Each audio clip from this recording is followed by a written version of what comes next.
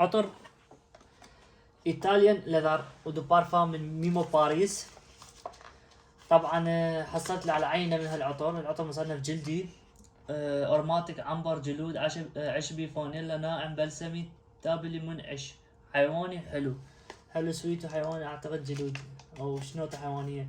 انا وين راح نجرب العطر. العطر كلش عجبني، ذكرني بتسكن لذر لكن اهدى من عنده وبمزيج حلو، خلطه حلوه.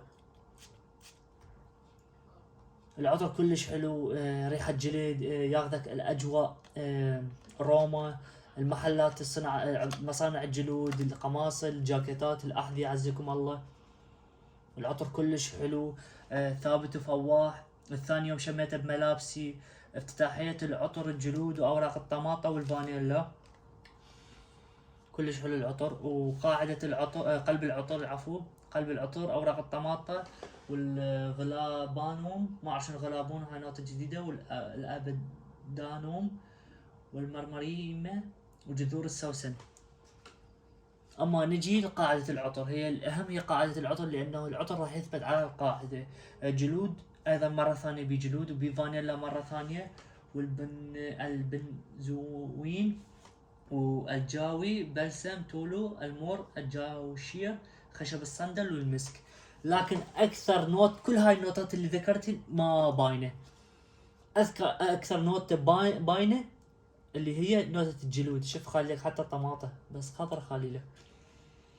اكثر نوتة باينه بيه ريحة الجلد. العطر حلو، ثابت وفواح مثل ما قلت لكم. ثاني يوم، طبعا جاء جديد طبعا من يوم باريس، قريب عليه يعني، صار جديد قريب عليه.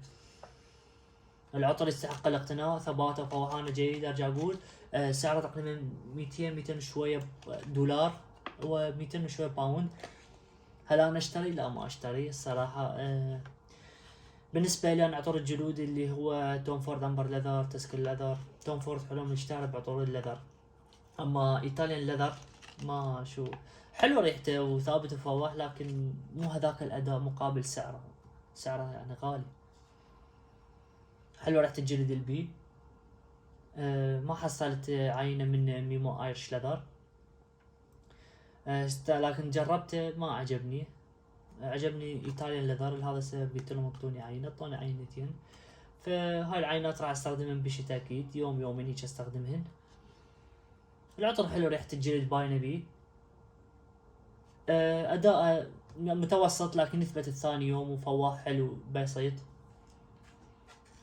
مقابل سعره لا، انا اشوفه يستحق 80 90 باوند، ما يستحق هالفلوس ال 200 220 باوند. anyway، اذا اضغط لايك واشترك بالقناة، واذا بنفسك عطور اسوي عليه مراجعة اكتب لي بالتعليق اسوي لك عطور مراجعة واقارنه بعطور ثانية. هاي كلها شماتي، وعندي جاي عطور بالطريق، او العفو ما جاي بالطريق، راح اشتريهم مستقبلا لانه بعدني ما طالبون، لكن هن بالزايد يومين ويجن. كل ما هنالك شكرا لحسن الاستماع، وشوفونا تعليق حلو مثل وجهكم. نشوفكم فيديو جديد، مع السلامة.